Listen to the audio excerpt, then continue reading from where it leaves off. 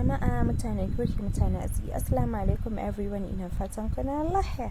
Yana ku zo mu milk cake. So yanzu za mu sa kwanmu guda 8. Ina yi haka ne saboda kar in zo in saka direct a bowl in a samu wanda ya ɓaci. So zaka zuba a nan one by one.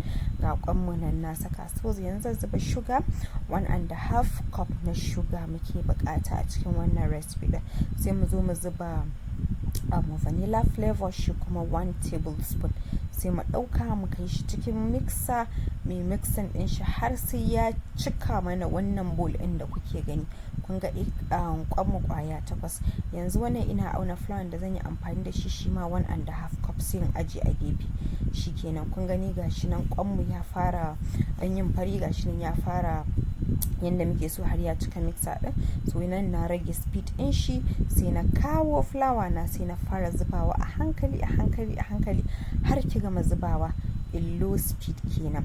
So bayan kin gama zubawa ya gama mixing sai ki fito da shi sai ki zo ki folding kamar yadda kuka ga ina juyawa, haka ya kamata ku juya shi. Sai ku zo ku saka parchment paper in ba ku da shi kamar yadda nayi, sai ku yi greasing da butter, sai ku dan saka flour ku dan jujjuya a cikin pan ɗinku saboda kar ya kama. Shikenan sai ki je ki yi baking ɗin shi for 15 to 20 minutes. Yayi bayi da wahala ne. Shikenan cake amma in gaya muku kamun ku ce mene har yayi. Na zo na fito da shi. Idan yau ka fara kallon bidiyon nan, kada ku manta ku subscribing a YouTube channel ɗina Safmar Kitchen. Yau kaga cake mu masha Allah.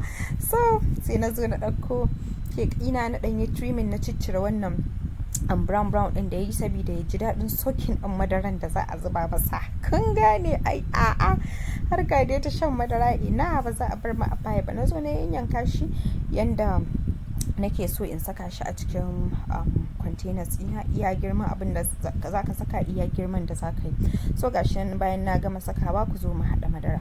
Na saka 2 cups of milk, madaran gari sorry. Sai na zo na zuba 4 cups of water, sai na kawo madaran ruwa gashi na Hollandia, sai na saka guda 2. Sai na zo na saka condensed milk 1 cup, sai na saka kuma whipped cream 1 cup na jujjuya. Kun ga yanda yayi kyau, yayi creamy, yayi masha Allah.